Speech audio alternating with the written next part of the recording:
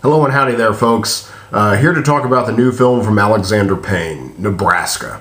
I absolutely loved it. It may be my favorite film of the year. I differentiate between favorite and best. I still can't deny the power of 12 Years a Slave. I can't deny the technological and artistic mastery of Gravity, but this film, I love this film. It will, without a doubt, be in my top three, if not my favorite film of the year. I have no problems giving it a 10.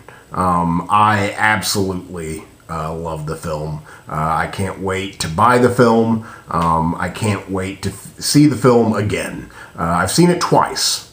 Saw it twice in the theater, pretty much within a week, which I haven't done in a while. Not since maybe Cabin in the Woods from last year, or maybe The Raid. And we just had to see it immediately for the second time, just because, I don't know, I think there's a lot going on there.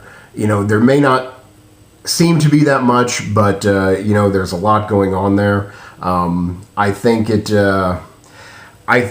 my favorite film from Alexander Payne before this would be About Schmidt. Obviously, I think Sideways is, his general consensus of being his best film, but I'm a particular fan of About Schmidt because it features a tremendous performance from one of my favorite actors, Jack Nicholson. But Alexander Payne doesn't make bad movies. Long story short, he's a tremendous filmmaker. I wanted to call him an auteur, but here he is directing someone else's script, which I believe he hasn't done. He's at least co-written everything he's done. But here, he doesn't have any writing credit whatsoever. But yet he is a producer and he did direct the film. And so much of the film, is written while it's being filmed. And, I have no doubt that his voice, leaks in there somewhat. But, it's just a tremendous story. And even though he didn't write it, it just feels perfect for his voice. I can imagine him flipping through some screenplays and seeing what stories were out there that he could tell, because whatever, he wasn't having any ideas of his own, and he finds this story and just the light clicks, and I just it's just a tremendous synchronicity there, and I hope both the screenwriter and Payne work together again. I'd like to see something, from them together. Not that this kind of isn't. Again, this very much feels like Sideways. It very much feels like About Schmidt. Maybe not so much. Again, Descendants kind of stands out for me. It's an Alexander Payne film, but yet it feels a little bit different. I love his work, so I didn't fall in love with The Descendants as soon as I watched it. I enjoy The Descendants. I haven't never seen it since the theater, so I don't think it's great. But here I think he's back in top form.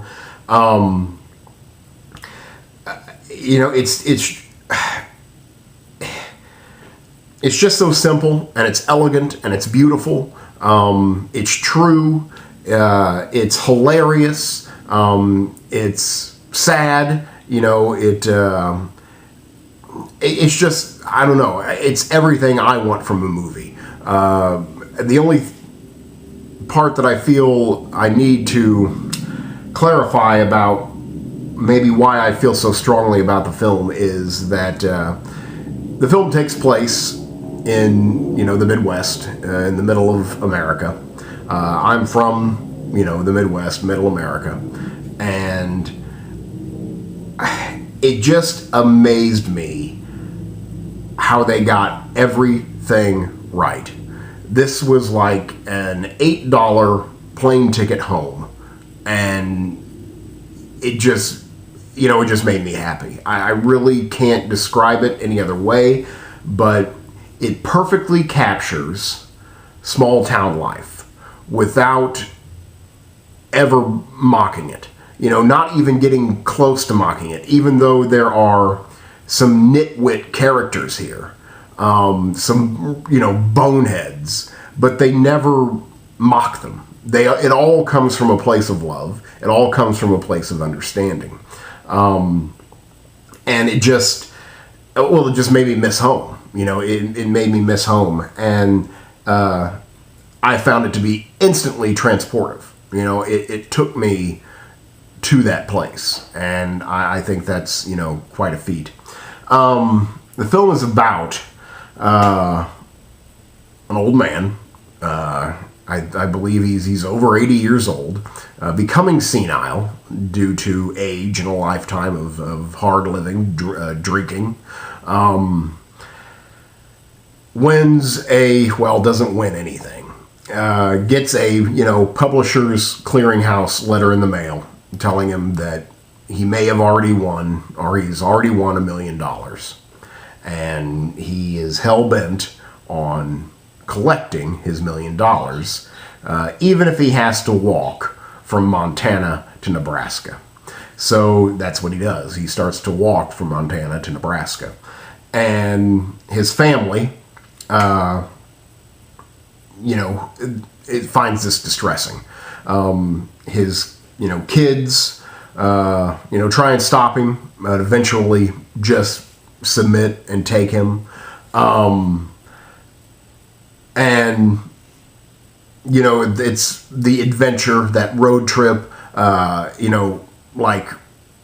more than halfway to the destination, they stop at the old man's hometown, where he grew up and where the bulk of his family still is. So they stop at his hometown and stay there with his family, with his brother, for a while, and have a little family reunion. And that's pretty much it. It's just about family togetherness. It's just about togetherness. And I don't know, they got everything so right, so right. I woke up this morning with the inability to remember the name of the actor in the film. Not Bruce Dern. I remember Bruce Dern. Bruce Dern's been working forever. He's a legacy. His parents were actors. His kids are actors. He's been an actor, performer all of his life. I don't have too much experience with Bruce Dern outside of small cameo appearances in films. Here, he's in every scene. The movie is about him. He owns the screen. I thought it was a fantastic performance. All of the acting in this film is great. I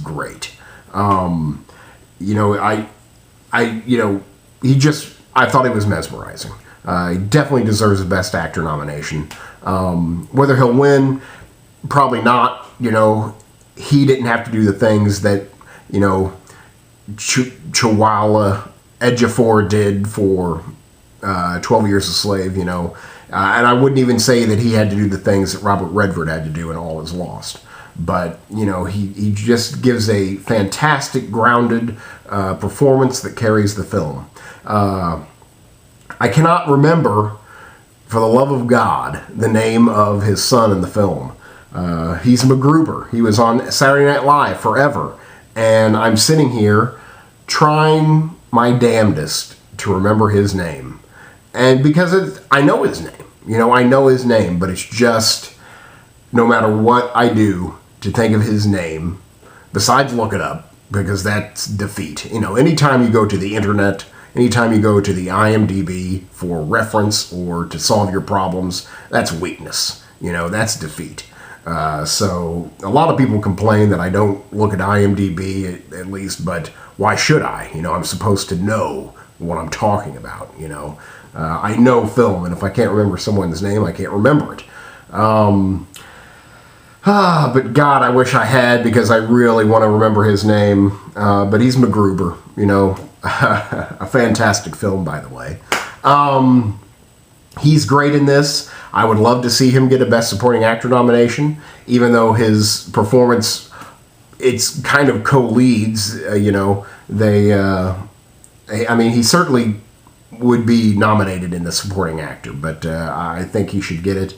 God, I keep on wanting to say Will, but then it's like I think of all the other Wills, but him, and I think that it can't be Will. Anyway,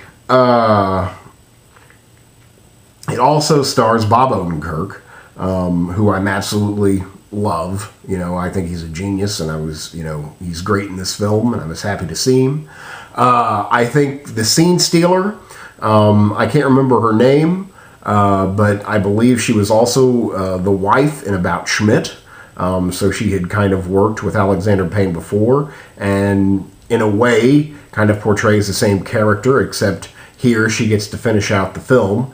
I think she deserves a Best Actress nomination, if not a Best Actress, Best Supporting Actress. She's fantastic in the film. She's Bruce Dern's wife, the matriarch of the family. She's just hilarious. And again, kind of the scene stealer. So I really hope she's recognized, and I thought she was fantastic in this movie. But all of the performances are great. So much of the film and so much of the power of the film relies on just the expression of an actor. In a way, I feel the climax of the film is just watching someone's face. And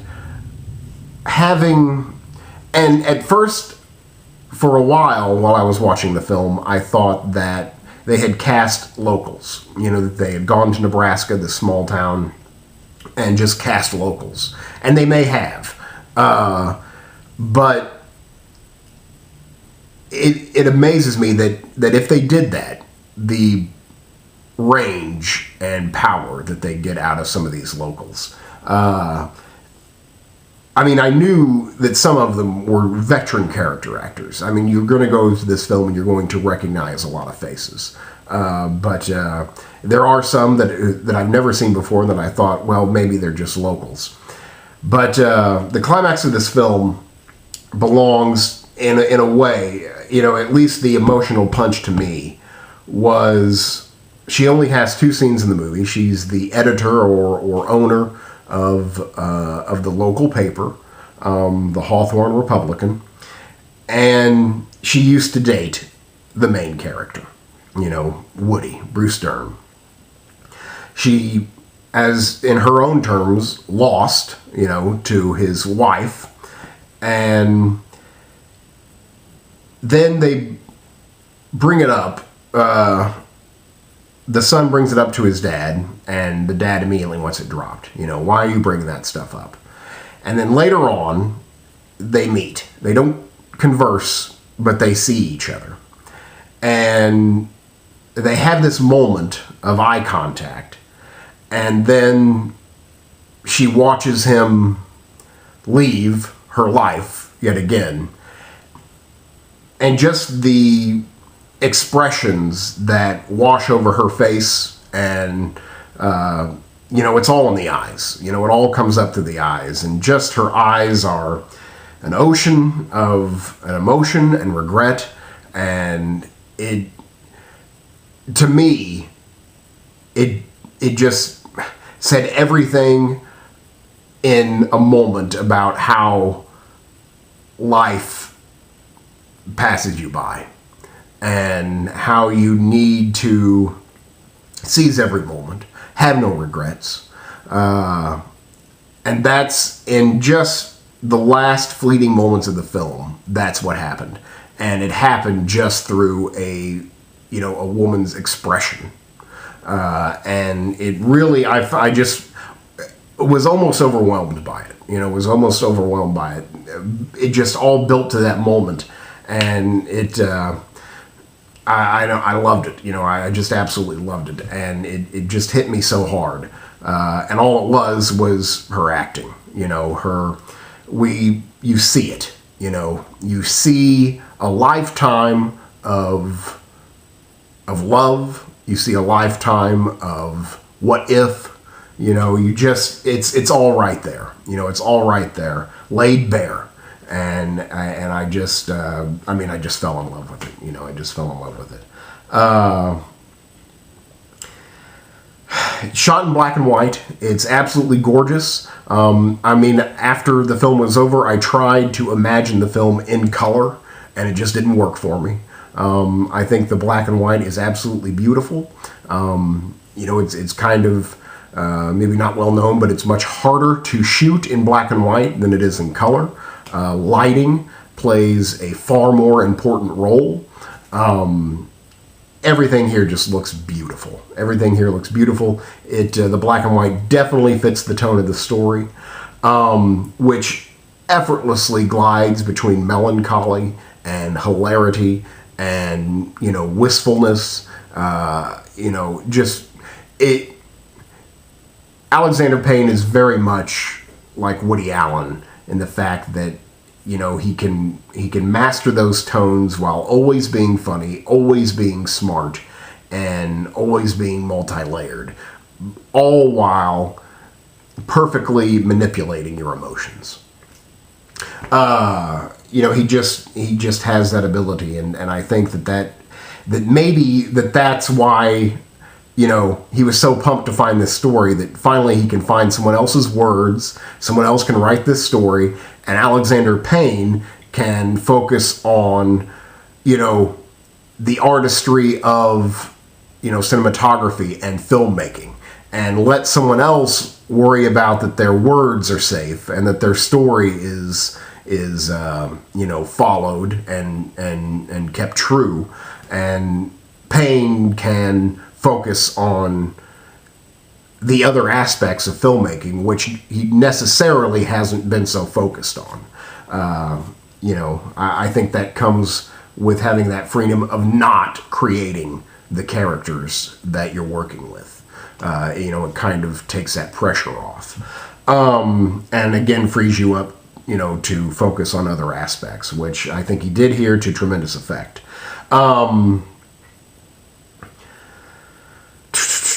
I don't know what else to say about it. I thought the acting was tremendous. I found it instantly transportive. It was very well directed, superbly written. All of the characters feel fleshed out. They feel flesh and bone. You feel like you're there with them pretty much at all times. Again, I think transportive covers it.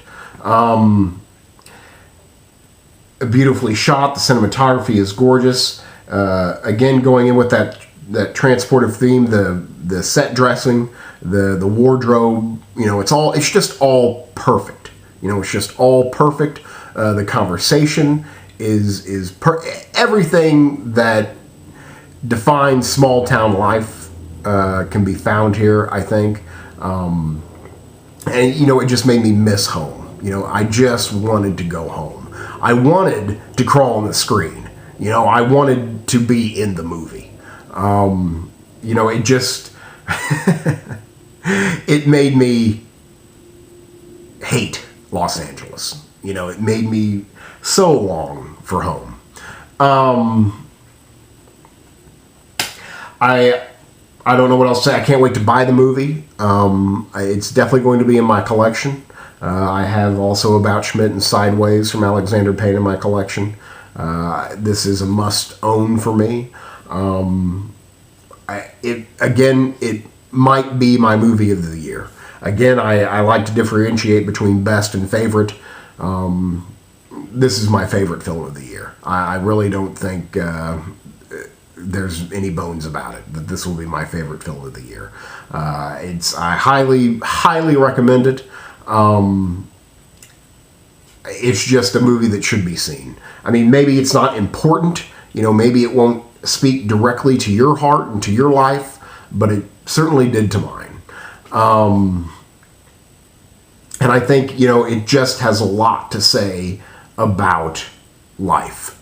And I think there's a lot of lessons to be learned in the film. And you learn so much, you feel so much, all while laughing the entire time. So I think that's I think that's a tremendous feat. I don't really know what else to say. It looks like I've talked for over 20 minutes now, and I think that's, I've pretty much probably covered all my bases there. So there you go. That's my favorite film of the year. Alexander Payne's Nebraska. I got no problems giving it a 10. Thanks much.